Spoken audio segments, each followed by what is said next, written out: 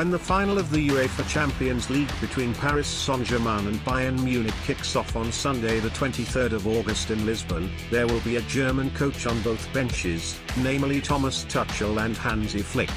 As was the case in 2019, when Jurgen Klopp steered Liverpool to Champions League glory, the winning coach will come from Germany once again.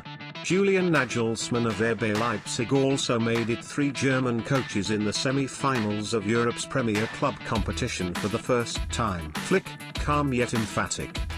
Comparing coaches is always tough because they each develop their own style. What I can say is that even back when he was a player, Flick already had a coach's mindset.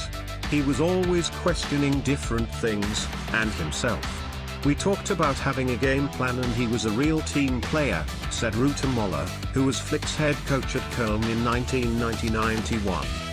Flick's main strength is his calm yet emphatic manner. He knows that he's no Diego Simeone and that it wouldn't come across as genuine if he behaved like that on the sidelines.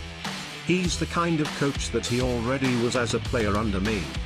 He was a solid midfielder who was full of running, never spectacular but did what was asked of him and was always willing to learn. Tuchel gets Neymar up and running.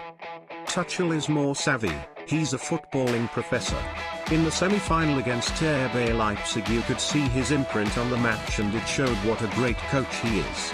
He managed to get an entire team of world-class players right behind him, said Rüdiger Moller, before going into greater detail.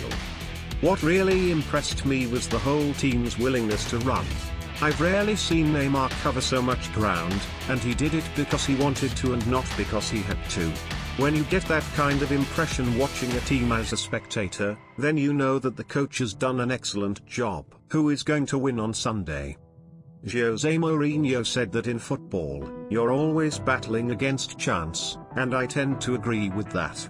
Sunday's match will come down to little details and I'm expecting it to be a tight one. The defenses on either side will really be up against it when you look at how strong the 2 forward lines are, said Rüdiger Moller. My heart is obviously with Bayern as they're a German team, but first and foremost, I'm looking forward to a really good match, because in my eyes, the right 2 teams have made it through to the final.